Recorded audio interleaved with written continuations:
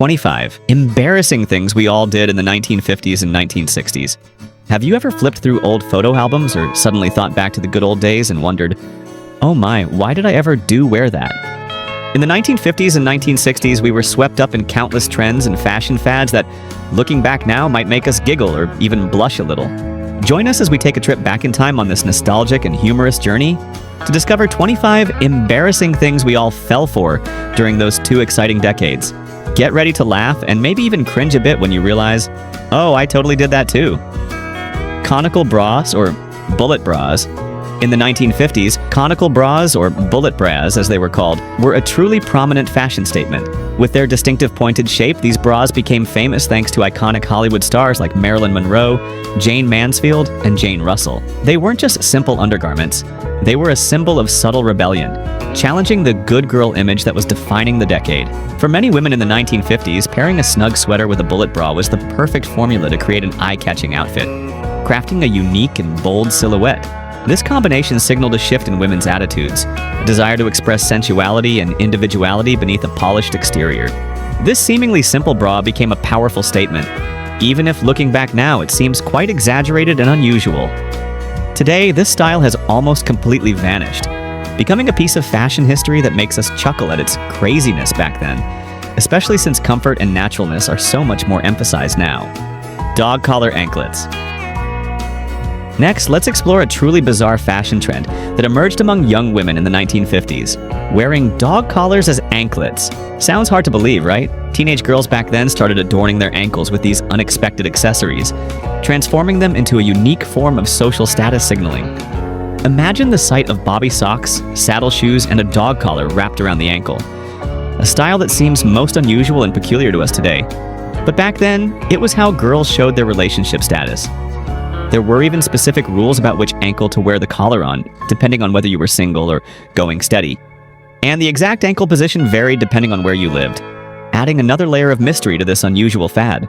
Although it now seems quirky and silly, the dog collar anklet craze reveals a lot about the social dynamics and nonverbal communication trends of the 1950s, a time when hidden messages in fashion held significant power. Looking back, it's a fascinating but also quite silly expression of rebellious youth. Coon skin caps. Another trend you might have fallen for in the 1950s, especially if you were a boy captivated by Western movies, was the raccoon fur cap. This fur cap with a raccoon tail became famous thanks to Fess Parker, who wore it while portraying Davy Crockett in Disney's 1954 miniseries. The show's popularity sparked a massive craze, making the coonskin cap an icon of adventure and heroism. The Disney show alone generated millions of dollars in sales from coon skin caps and revived interest in past folk heroes, especially those like Davy Crockett, famous for killing bears with his bare hands. The coon skin cap craze wasn't just about fashion. It was a reflection of a renewed interest in American folk heroes and a romanticized image of the Wild West, representing values like honesty, courage, and self-reliance. Today, wearing a coon skin cap might look quite silly and childish, but back then, it was an essential part of childhood, a trend that everyone had and proudly showed off: getting pinned. In the 1950s, especially in universities, there was a romantic trend related to announcing relationship status, known as getting pinned. This was a very significant gesture where a guy would give his girlfriend his fraternity or school pin for her to wear on her sweater or jacket. This act officially meant they were going steady and dating exclusively, signaling an important step in their relationship. Girls would proudly announce if they were pinned, and their friends would joyfully celebrate this achievement as a major milestone. The 1950s were a time when couples highly valued ritual and tradition in their relationships. The act of getting pinned symbolized a promise, a commitment to be together, a declaration of love and loyalty. However, this charming trend gradually faded in the 1960s as the cultural landscape shifted and new social norms emerged, making relationships less formal and more fluid. Today, this concept seems a bit naive and outdated, but it reflects a beautiful aspect of dating culture from yesteryear. Panty raids. There's an interesting urban legend that on the night of March 21st, 1952, at the University of Michigan, the very first panty raid took place. Hundreds of male students stormed women's dorms and grabbed all the lingerie they could find. After the news spread, the panty raid movement spread to other universities across the country, becoming a social phenomenon. Underwear and other lingerie were seen as trophies, proving that a social barrier had been crossed and traditional rules were being challenged. Although some of these raids were unwelcome, many were often carried out with the encouragement and even assistance of the female students themselves. This indicates a complex dynamic at play, a mix of rebellion, flirtation, and a desire to challenge the strict social rules of the time. These events, though unacceptable today and controversial, offer a fascinating glimpse into the changing social attitudes and dynamics of the 1950s. Looking back, it's a fascinating yet quite silly expression of rebellious youth. Thank you for watching our video. If you enjoyed it, don't hesitate to hit the like button below. If there's anything we can improve, take a moment to leave a comment. We're always looking to get better. Thanks so much. Uncle Milton's Ant Farm. With comic books and teen magazines being a popular way to pass the time, it's no surprise that the advertisements within their pages caught the attention of young audiences. Uncle Milton's Ant Farm was one such advertisement that 1950s kids couldn't ignore. For just a few dollars, you'd get the farm shipped to your house via mail, and then the live ants would arrive. The sight of the plastic farm on sandy tunnels was mesmerizing as the ants moved around the grains of sand to build their own world. Ant farms were more than just toys. They were a window into the wonders of nature, a hands-on science lesson that sparked curiosity and a love for the natural world. These miniature ecosystems fostered a sense of awe and appreciation for the intricate workings of the insect world. Today, spending money on a window into nature seems quite odd and simple compared to high-tech toys, but back then, it was a marvel for children. Beatnik fashion.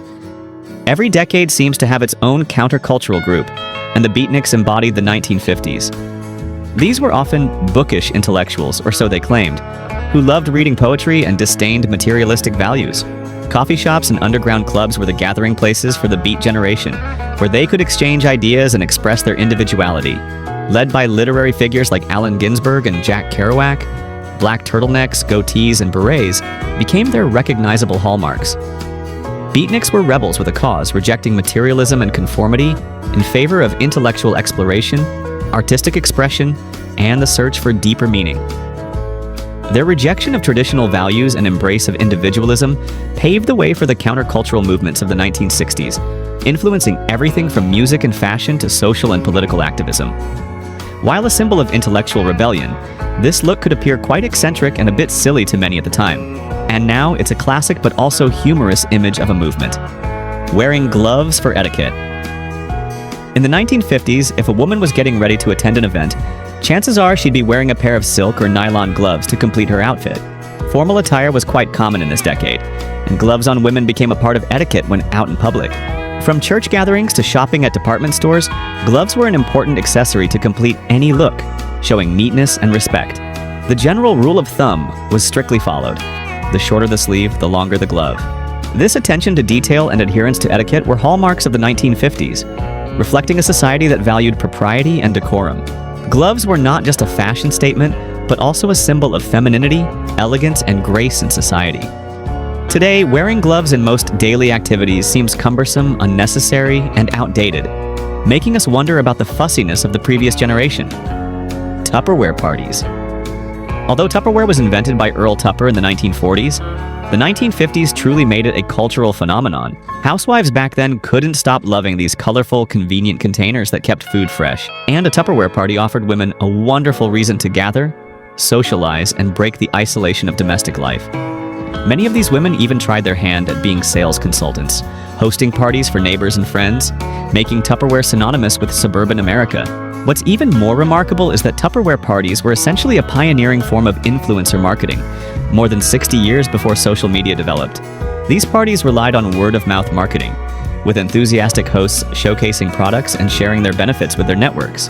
Tupperware's success in the 1950s demonstrates the enduring power of social connection and the effectiveness of building a brand through personal relationships and authentic testimonials. However, today, this at-home sales format seems a bit strange compared to the world of online shopping and social media. Space-age fashion and furniture. From the very beginning, the 1960s were strongly looking to the future. The space race was in full swing between the US and the Soviet Union. And this deeply impacted every aspect of life, making everything start to look more futuristic. Furniture was designed with shapes resembling rockets, capsules, and pods, offering a unique and pioneering look. Meanwhile, clothes began to resemble plastic suits and matching headwear, reflecting an optimistic vision of future life. This was a time when every kid drank Tang, a powdered juice used by NASA, while watching sci-fi shows like The Jetsons and being captivated by the new worlds created by Star Trek and Lost in Space. Children's imaginations were sparked, dreaming of a world where robots did chores and flying cars were normal. Science fiction captivated audiences, transporting viewers to unexplored galaxies and fueling a fascination with the possibilities of space exploration. An optimistic expression of the future, but many of these items today might look a bit naive and outdated, making us laugh when we look back at the past vision. Do you remember following any of these fashion or social trends? Which one do you find most interesting looking back? Let us know in the comments. The Beatles' mop-top hairstyle. When the Beatles arrived in America in 1964 to perform on The Ed Sullivan Show, a record 73 million people tuned in. From that moment, Beatlemania officially began, sweeping across the US. Their hairstyle, known as the mop-top, with its long hair and bangs, quickly became a popular haircut in the United States after their appearance on Ed Sullivan. This hairstyle was a significant departure from the short, conservative, neat haircuts of the 1950s, and it was quickly imitated by teenagers everywhere as a symbol of rebellion. Not only did their music captivate audiences, but their entire image, rebellious spirit, and iconic mop-top hairstyle set them apart and created a new cultural wave. Those long locks with bangs were a stark contrast to the short, conservative haircuts of the 1950s, symbolizing youth rebellion and a rejection of the old ways. This hairstyle was a symbol of youthful rebellion, but by today's standards, it has become a retro icon, which might make adults chuckle about their fashion choices back then. Sea monkeys. As a child in the 1960s, you would often see colorful and enticing advertisements for sea monkeys in comic books. These ads depicted cute creatures with monkey-like tails and human-like bodies, making it impossible for children not to order them. But in reality, these sea monkeys were just brine shrimp in a state of hibernation, and they would come to life when you added water. Although they looked nothing like the sea monkeys depicted in the ads, just tiny specks swimming in water. That didn't stop kids from spending $1 to buy them, and this marketing gimmick continued to fascinate children throughout the 1960s. The sea monkey craze was a testament to the power of marketing and the boundless imagination of children. It tapped into a sense of wonder and the desire to create one's own miniature world. In retrospect, this was a marketing trick that enchanted a generation of children, but often led to disappointment and laughter when they realized the truth behind the glamorous advertisements. Hair straightening with clothing irons. Before the specialized modern hair straighteners we're familiar with today, women in the 1960s who wanted sleek, straight hair used an unexpected household appliance: the very iron used for clothes. The sight of lying on an ironing board while mom straightened your hair with an iron was quite common in households, especially when girls wanted to get rid of unruly curls or keep up with the straight hair trend. The risk of burning hair, scorching hair, or even burning one's head was a risk these girls were willing to take to achieve the long, straight hair they desired. This ingenious but equally dangerous approach to hair straightening shows the ingenuity and determination of women in the 1960s, who constantly pushed boundaries and experimented with new ways to express themselves through fashion and beauty. This was an astonishing, terribly dangerous, and sometimes foolish method to get straight hair, demonstrating the sacrifices made for beauty in that era. Posing on car hoods. Cars in the 1960s weren't just a means of transportation. They were a symbol of freedom, status, and individuality. And that was clearly demonstrated by the sheer number of people taking photos posing on their car hoods.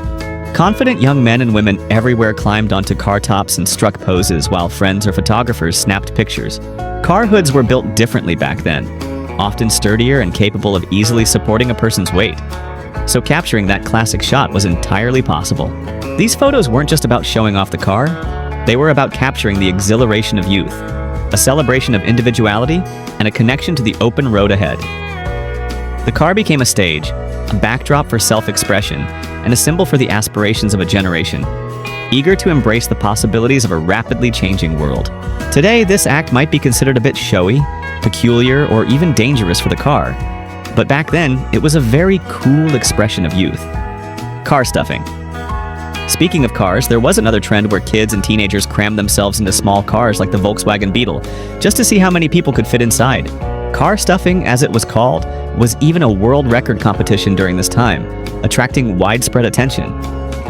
To be counted as valid, all car windows and doors had to be able to close completely, creating quite a challenge. However, for most people, car stuffing simply meant you and all your friends squeezing into a car for a cruise down Main Street on a Saturday night, enjoying the camaraderie and collective fun. Car stuffing captured the spirit of the 1960s, a time of youthful experimentation, a desire to challenge boundaries, and a celebration of community and togetherness.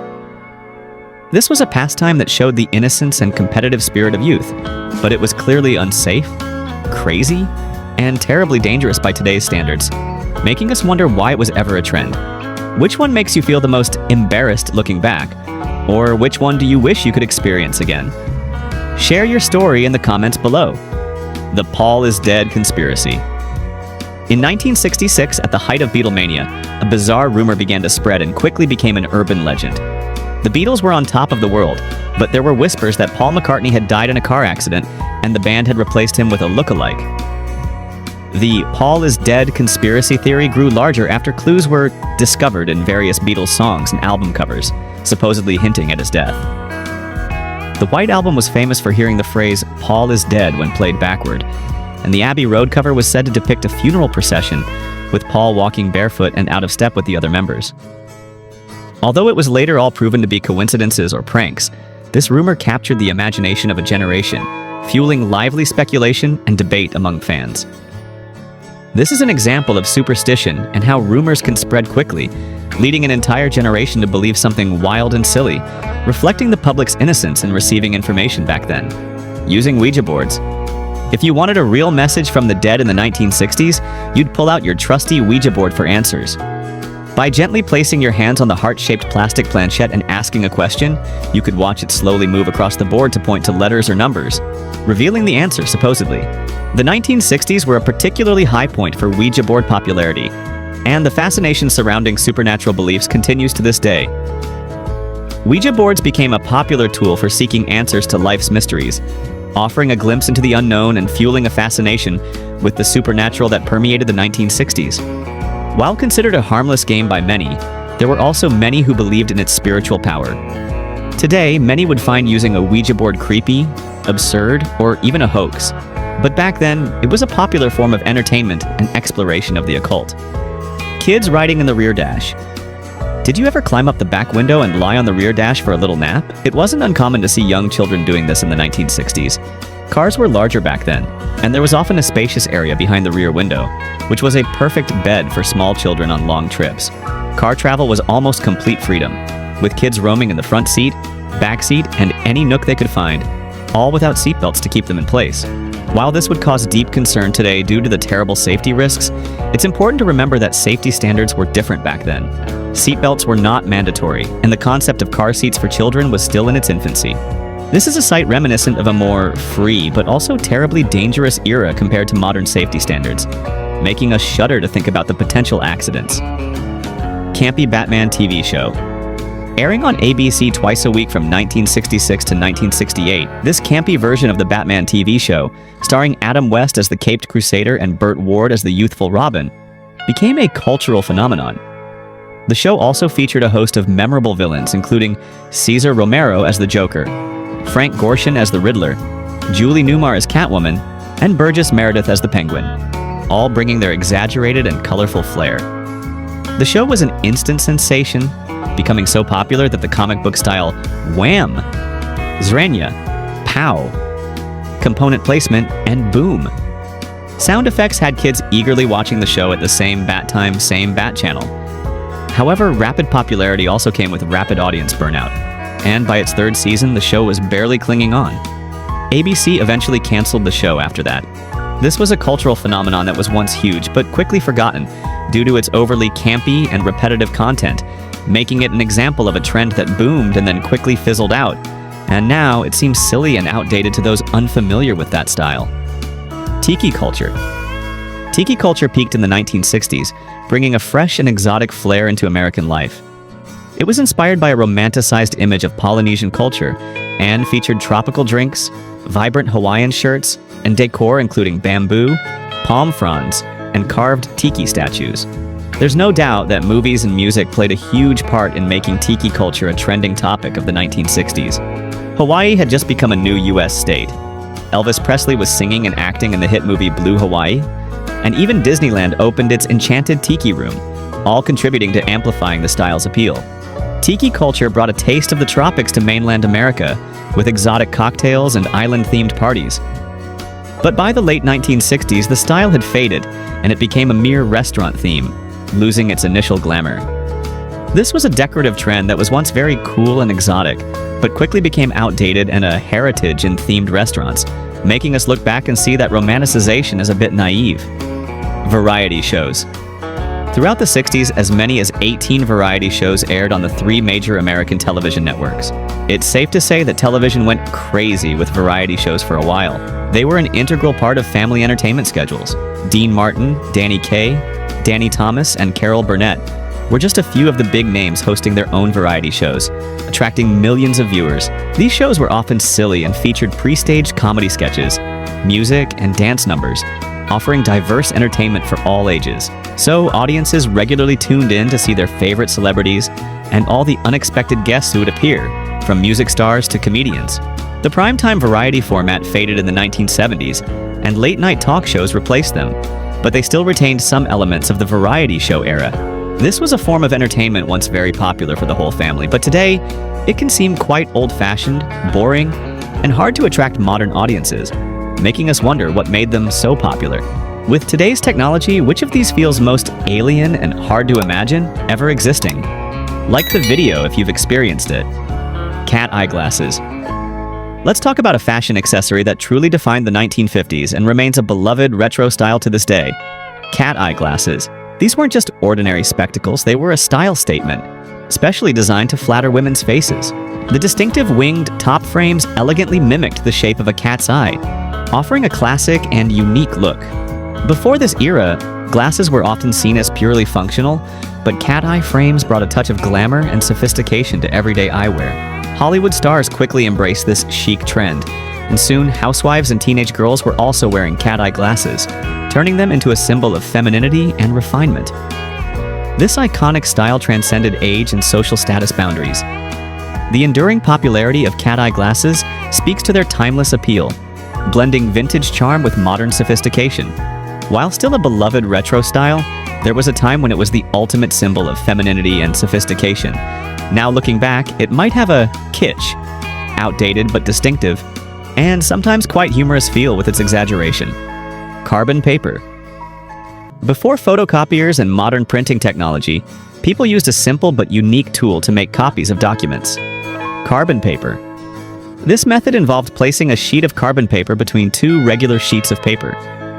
When you wrote or typed on the top sheet, the pressure from the pen or typewriter key would transfer ink from the carbon layer to the sheet below, creating an exact copy. This was a common method for duplicating documents in offices and homes for decades, from writing letters to business notes. However, using carbon paper could be quite messy, easily getting ink on your hands, and time-consuming to make multiple copies at once, as each copy required a separate sheet of carbon paper and precise pressure. Trying to make multiple copies at once often resulted in faded or unclear copies on the bottom sheets. Today, hitting Ctrl-C to copy information takes a fraction of a second, making carbon paper a slow, cumbersome, and completely outdated manual hack. Something we can hardly imagine in the digital age. Named phone numbers and party lines. Today, communication is instant. We send texts, emails, and video calls across continents in a flash. But back in the 1960s, connecting was a slower, more deliberate process, often carefully written on pretty stationery. Named phone numbers are a relic from those days. Imagine calling a friend, and instead of dialing numbers, you used a combination of letters and numbers, like Kundike 5-1234. These letters weren't random. They told you the neighborhood where the phone was located, raising questions about your privacy, as your phone number almost revealed your address. There were even party lines where you shared your phone line with another household. This meant your conversations weren't always private, but it also created a unique sense of community. Each home on the party line had a distinctive ring pattern, so you'd know the call was for you, but anyone on the party line could eavesdrop on your conversations. While this wasn't ideal for gossiping or sharing personal secrets, at the time, especially in rural areas, party lines were normal.